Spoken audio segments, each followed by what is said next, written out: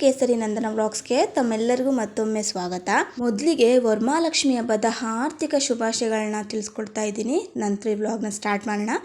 ಬನ್ನಿ, ಇವತ್ತಿನ ವ್ಲಾಗ್ ಹೇಗಿರುತ್ತೆ, ಏನು ಯಾವ ರೀತಿ ನಾನು ಡೆಕೋರೇಷನ್ ಮಾಡಿಕೊಂಡೆ, ಸಿಂಪಲ್ಲಾಗಿ ಏನೆಲ್ಲ ಪೂಜೆ ನೈವೇದ್ಯಕ್ಕಿಟ್ಟೆ ಎಲ್ಲದನ್ನು ಈ ವಿಡಿಯೋದಲ್ಲಿ ತಿಳಿಸ್ಕೊಡ್ತೀನಿ. ಬನ್ನಿ ವ್ಲಾಗ್ ಸ್ಟಾರ್ಟ್ ಮಾಡೋಣ. ಫ್ರೆಂಡ್ಸ್, ಈ ಸೊಪ್ಪನ್ನ ನಾನೇ ನಮ್ಮ ಹಿತ್ಲ ಕಡೆ ಹಾಕ್ಕೊಂಡಿದ್ದೀನಿ. ತುಂಬ ಚೆನ್ನಾಗಿ ಬಿಟ್ಟಿದೆ ಮೆಂತ್ಯ ಸೊಪ್ಪು, ನೀವು ನೋಡ್ಬೋದು. ಹಾಗೆ ಹಬ್ಬಕ್ಕೆಲ್ಲ ತಯಾರಿ ಮಾಡ್ಕೊಳ್ತಾ ಇದ್ದೆ. ಸಂಜೆನೇ ಹಿತ್ಲ ಕಡೆ ಹೋಗ್ಬಿಟ್ಟು ನನಗೆ ಏನೇನು ಬೇಕೋ ಎಲ್ಲನೂ ಕಿತ್ಕೊಂಡು ಬಂದೆ. ಹೂವು ಅಥವಾ ಮಾವಿನ ಸೊಪ್ಪು, ಬಾಳೆಗೆನೆ ಅಂದರೆ ಡೆಕೋರೇಷನಿಗೆ ಬಾಳೆ ಎಲೆ ಬೇಕಲ್ಲ, ಸೊ ಅದೆಲ್ಲನೂ ತೊಗೊಂಡು ಬಂದೆ. ಇನ್ನು ರೋಸು, ಇನ್ನು ಸ್ವಲ್ಪ ಸೇವಂತಿಗೆ ಹೂವು ಮತ್ತು ಕಮಲ್ದೂನ ನಾನು ಅಂದರೆ ಟೌನ್ ಕಡೆ ಹೋಗ್ಬಿಟ್ಟು ಪರ್ಚೇಸ್ ಮಾಡ್ಕೊಂಡು ಬಂದಿದ್ದು. ಇನ್ನು ಉಳ್ಕಿದ್ದೆಲ್ಲನ ನಮ್ಮ ಹಿತ್ಲ ಕಡೆನೆಲ್ಲ ಸಿಕ್ಬಿಡುತ್ತೆ. ನನಗೆ ಯಾವ್ದು ಬೇಕೋ ಹೋಗಿ ಚೆನ್ನಾಗಿ ಒಳ್ಳೊಳ್ಳೆದನ್ನೆಲ್ಲ ಆರಿಸ್ಕೊಂಬರ್ಬೋದು, ಅದೊಂದು ಖುಷಿ. ಸೊ ಎಲ್ಲದನ್ನು ಪರ್ಚೇಸ್ ಮಾಡೋವಂಥದ್ದು ಏನಿರಲ್ಲ. ಇವಾಗ ಇದೊಂದು ಸಿಂಪಲ್ ಡೆಕೋರೇಷನ್ ನೋಡ್ಕೊಂಬರೋಣ. ತುಂಬ ಈಸಿ ಕೂಡ. ಸಿಂಪಲ್ ಡೆಕೋರೇಷನ್ಸ್ನ ನಾವು ಕಲ್ತ್ಕೊಂಡ್ಬಿಟ್ರೆ ನಮಗೆ ಯಾವ ಹಬ್ಬದಲ್ಲಿ ಎಲ್ಲ ನಾವೇ ಮಾಡ್ಕೊಂಬಿಡ್ಬೋದು.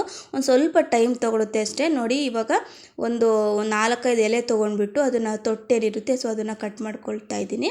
ನೆಕ್ಸ್ಟ್ ಇಲ್ಲಿ ಇದನ್ನು ಎರಡಕ್ಕೆ ಫೋಲ್ಡ್ ಮಾಡಿಬಿಟ್ಟು ಸ್ಟ್ಯಾಪ್ಲರ್ ಮಾಡ್ಕೊಳ್ತಾ ಇದ್ದೀನಿ. ಆಲ್ರೆಡಿ ಒಂದು ಸ್ವಲ್ಪ ಮಾಡಿಬಿಟ್ಟಿದ್ದೀನಿ. ಲಾಗ್ ಮಾಡಬೇಕು ಅನ್ನೋದು ನೆನಪೇ ಇರಲಿಲ್ಲ ನಾನು ಹಬ್ಬದಲ್ಲಿ. ಸೊ ಅದಾದಮೇಲೆ ಮತ್ತೆ ನೆನಪು ಮಾಡಿಕೊಂಡು ಇವಾಗ ಮಾಡ್ತಾಯಿದ್ದೀನಿ.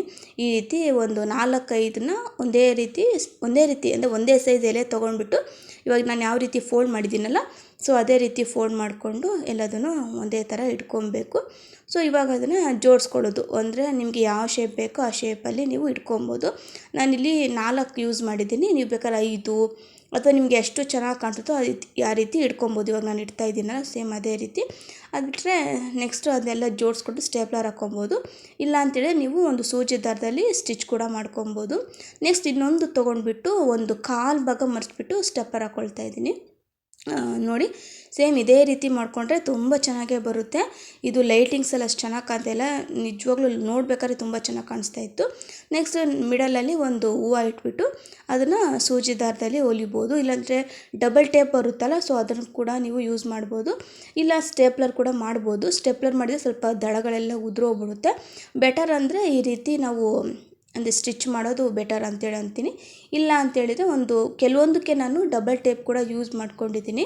ಅದು ಕೂಡ ಚೆನ್ನಾಗಿರುತ್ತೆ. ಒಂದೊಂದು ಸಲ ಅದು ಅಂದರೆ ಪೂಜೆ ಮಾಡ್ಬೇಕಾದ್ರೆ ಬಿದ್ದುಬಿಡುತ್ತೆ. ಸೊ ಈ ರೀತಿ ಸ್ಟಿಚ್ ಮಾಡ್ಕೊಂಡ್ಬಿಟ್ರೆ ಏನಿಲ್ಲ, ಆರಾಮ್ಸೆ ನಾವು ಏನೂ ಬೀಳಲ್ಲ, ಚೆನ್ನಾಗಿ ಕೂಡ ಅನಿಸುತ್ತೆ ನೋಡಲಿಕ್ಕೆ. ನೋಡಿ, ಇಷ್ಟೊಂದು ಮಾಡ್ಕೊಂಡಿದ್ದೀನಿ. ಹಾಗೆ ಒಂದು ಸ್ವಲ್ಪ ಮಿಡಲಲ್ಲಿ ಸ್ವಲ್ಪ ಅರಿಶಿನ ಕುಂಕುಮ, ಇಲ್ಲಾಂದರೆ ಅದೇ ರೀತಿ ಇಟ್ಟರೂ ಚೆನ್ನಾಗಿ ಕಾಣಿಸುತ್ತೆ. ಇಲ್ಲ ಎಲೆಗಳ ಮೇಲೆ ಒಂದು ಸ್ವಲ್ಪ ನೀವು ಡೆಕೋರೇಟ್ ಮಾಡ್ಬೋದು. ಅಂದರೆ ಅಕ್ಕಿ ಹಿಟ್ಟಿಗೆ ನೀರು ಮಿಕ್ಸ್ ಮಾಡಿಕೊಂಡು ಸ್ವಲ್ಪ ಎಲೆ ಮೇಲೆ ನೀವು ಡಿಸೈನ್ಸ್ ಬಿಡಿಸ್ಬೋದು. ಇಲ್ಲ ಅಂತೇಳಿದರೆ ಗಂಧ ಇರುತ್ತೆ, ಗಂಧದಲ್ಲಿ ಕೂಡ ಓಂ ಅಂತ ಬರಿಬೋದು ಅಥವಾ ಸ್ವಸ್ತಿಕ್ ಬರಿಬೋದು. ಈ ರೀತಿ ಮಾಡಿದ್ರೆ ಹಾಗೆ ನೆಕ್ಸ್ಟ್ ನಾನಿಲ್ಲಿ ಬಾಳೆದೆಲೆ ಮೇಲೆ ಡಿಸೈನ್ ಮಾಡ್ಕೊತಾ ಇದ್ದೀನಿ. ಒಂದು ಒಳ್ಳೊಳ್ಳೆ ಬಾಳೆದೆಲೆ ಸಿಕ್ಬಿಟ್ರೆ ಈ ರೀತಿ ಸಿಂಪಲ್ಲಾಗಿ ಡೆಕೋರೇಷನ್ ಕೂಡ ಮಾಡ್ಕೊಂಬಿಡ್ಬೋದು. ತೋರಣ ಥರ ಏನು ಮಾಡ್ತೀವಲ್ಲ ಅದೇ ರೀತಿ ಸೇಮು. ನಿಮ್ಗೆ ಯಾವ ಡಿಸೈನ್ಸ್ ಬೇಕೋ ಆ ಡಿಸೈನ್ ಮಾಡ್ಕೊಬೋದು. ಫುಲ್ ಎಲ್ಲ ನಾನು ಲೆಂತಿ ವೀಡಿಯೋ ಆಗುತ್ತೆ ಅಂಥೇಳಿ ಎಲ್ಲದೂ ಜಾಸ್ತಿ ವೀಡಿಯೋ ಇಡೋಕ್ಕಾಗಿಲ್ಲ. ಸೊ ಅಷ್ಟೇ ವೀಡಿಯೋ ಹಿಡಿದಿದ್ದು. ಸೊ ಇದು ನೆಕ್ಸ್ಟ್ ಡೇ ಮಾರ್ನಿಂಗ್ ಡೈರೆಕ್ಟ್ ಪೂಜೆ ಎಲ್ಲ ಆದಮೇಲೆ ಇವಾಗ ವೀಡಿಯೋ ಹಿಡಿತಾ ಇದ್ದೀನಿ. ಏನಕ್ಕಂದರೆ ನೈಟ್ ಲೇಟ್ ಆಗಿಬಿಡ್ತು. ಎಲ್ಲ ಡೆಕೋರೇಷನ್ ಮುಗಿಸ್ಕೊಂಡು ಎಲ್ಲ ರೆಡಿ ಮಾಡಿ ಮಲಗೋ ಅಷ್ಟೊತ್ತಿಗೆ 1 ಗಂಟೆ ಆಗಿತ್ತು. ಆಲ್ರೆಡಿ ಬೆಳಗಿನ ಜಾವ 4ರಿಂದ 4:15 ಒಳಗೆ ಪೂಜೆ ಮಾಡಬೇಕು ಅನ್ನೋದೊಂದಿತ್ತು. ಹಾಗಾಗಿ ಯಾವುದೂ ನಾನು ವೀಡಿಯೋ ಮಾಡಿಲ್ಲ ನೈಟು. ಸೊ ಡೈರೆಕ್ಟು ನಾನಿವಾಗ ಬೆಳಿಗ್ಗೆನೇ ನಿಮಗೆ ಪೂಜೆಲ್ಲ ಆದಮೇಲೆ ವೀಡಿಯೋ ಹಾಕ್ತಾಯಿದ್ದೀನಿ. ವರಮಹಾಲಕ್ಷ್ಮಿ ಅಂತ ಹೇಳಿದರೆ ವರ ಕೊಡೋ ದೇವಿ. ಹಾಗಾಗಿ ನಾವು ತುಂಬ ಗ್ರ್ಯಾಂಡಾಗೆಲ್ಲ ಮಾಡೋದಕ್ಕಿಂತ ಈ ರೀತಿ ತುಂಬ ಸಿಂಪಲ್ಲಾಗಿ ಮಾಡಿಬಿಟ್ಟು ನಮಗೆ ಏನು ಕೋರಿಕೆ ಬೇಕೋ ಅದನ್ನು ದೇವ್ರ ಮುಂದೆ ಕೇಳೋದು ತುಂಬ ಒಳ್ಳೆಯದು. ಹಾಗೆ ನೈವೇದ್ಯಕ್ಕೆ ತುಂಬಾ ಸಿಂಪಲ್ಲಾಗಿ ಒಂದು ಕೋಸಂಬರಿ ಪಾನಕ ಇಟ್ಟರೆ ಸಾಕು. ಅದು ಬಿಟ್ಟರೆ ಇನ್ನೇನು ಇವಾಗ ವರಮಹಾಲಕ್ಷ್ಮಿ ಅಂದರೆ ಸ್ನ್ಯಾಕ್ಸ್ ಎಲ್ಲ ಮಾಡಿರ್ತೀವಿ, ಕರ್ಜಿಕಾಯಿ ನಿಪ್ಪಟ್ಟು, ಅದಿಟ್ಟರು ಓಕೆ. ಇಲ್ಲ ಅಂದ್ರೂ ನಾನು ಈ ಹಬ್ಬನ ತುಂಬ ಸಿಂಪಲ್ಲಾಗಿ ಮಾಡೋದು. ಹಾಗೆ ಆದರೆ ಒಳ್ಳೆ ಟೈಮಿಂಗ್ಸಲ್ಲಿ ಮಾಡ್ತೀನಿ. ಈ ಸಲ ಮಿಥುನ ಲಗ್ನದಲ್ಲಿ ತುಂಬ ಒಳ್ಳೆ ಮುಹೂರ್ತ ಬಂದಿತ್ತು, 4ರಿಂದ 4:15 ಬೆಳಗಿನ ಜಾವ. ಹಾಗಾಗಿ ನೈಟ್ ಪೂರ ನಿದ್ದೆ ಮಾಡಲಾರ್ದೆ ನಾನು ಫುಲ್ ಅದೇ ಮುಹೂರ್ತದಲ್ಲಿ ಮಾಡಬೇಕು. ಫಸ್ಟ್ ಟಾಪ್ ಲಿಸ್ಟಲ್ಲಿತ್ತು ಆ ಮುಹೂರ್ತ. ಹಾಗಾಗಿ ಅದೇ ಮುಹೂರ್ತದಲ್ಲಿ ಮಾಡಬೇಕು ಅಂತೇಳಿ ಮಾಡಿದ್ದು. ಅದು ಆ ರೀತಿ ಅಂದರೆ ನಾನು ಹೇಳೋದಂದರೆ ನಾವು ಎಷ್ಟೇ ಸಿಂಪಲ್ ಮಾಡಿದ್ರೂ ಪರವಾಗಿಲ್ಲ, ಒಂದು ಒಳ್ಳೆ ಟೈಮಿಂಗ್ಸಲ್ಲಿ ನಾವು ಪೂಜೆ ಮಾಡೋದ್ರಿಂದ ಫಲಿತಾಂಶ ನೀವು ಅಂದರೆ ರಿಸಲ್ಟ್ ಬೇಗ ನೋಡ್ಬೋದು ನೀವು.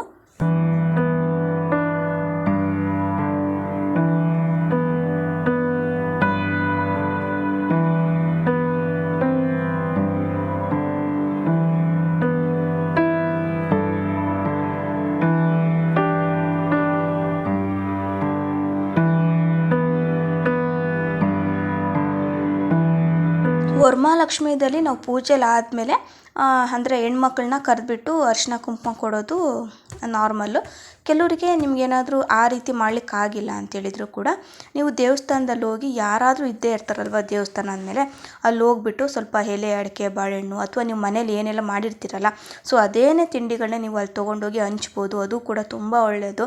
ಕೆಲವರಿಗೆ ಮನೆಯಲ್ಲಿ ಕರೀಲಿಕ್ಕೆ ಇಷ್ಟ ಆಗಲ್ಲ ಅಂತೇಳಿದ್ರೆ, ಕೆಲವೊಬ್ರಿಗೆ ಒಬ್ಬೊಬ್ರು ಒಂದೊಂದು ಥರ ಮೈಂಡ್ಸೆಟ್ ಇರುತ್ತಲ್ಲ, ಸೊ ಅವರು ಹೇಳ್ತಾ ಇದ್ದೀನಿ.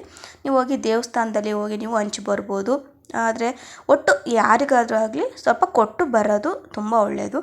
ಒಂದು ಮುತ್ತೈದೆಯರಿಗೆ ಯಾರಿಗಾದರೂ ಅಲ್ಲಿ ಗಂಡು ಮಕ್ಕಳು ಹೆಣ್ಮಕ್ಳು ಅಂತ ಏನಿಲ್ಲ, ಅಲ್ಲಿ ಯಾರು ಇರ್ತಾರೋ ಅಲ್ಲಿ ಹೋಗಿ ಕೊಟ್ಬಿಟ್ಟು ಬರಬೇಕು.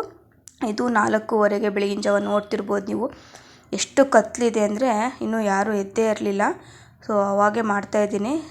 ಹಾಗಾಗಿ ಲಾಸ್ಟಲ್ಲಿ ಕರ್ಪೂರದ ಆರತಿ ಬೆಳಗ್ತೀವಲ್ಲ, ಸೊ ಆ ಮೂಮೆಂಟ್ ಇದು. ಇವಾಗ ನೋಡಿ ಕತ್ಲೆ ಫುಲ್ಲು ಕತ್ಲೆ. ಈ ರೀತಿ ಪೂಜೆ ಮಾಡಬೇಕು ಅಂದರೆ ನನಗೆ ನಿಜವಾಗ್ಲೂ ತುಂಬಾ ಇಷ್ಟ. ನೋಡಿ ಎಷ್ಟು ಕತ್ಲೆ ಆಗಿದೆ.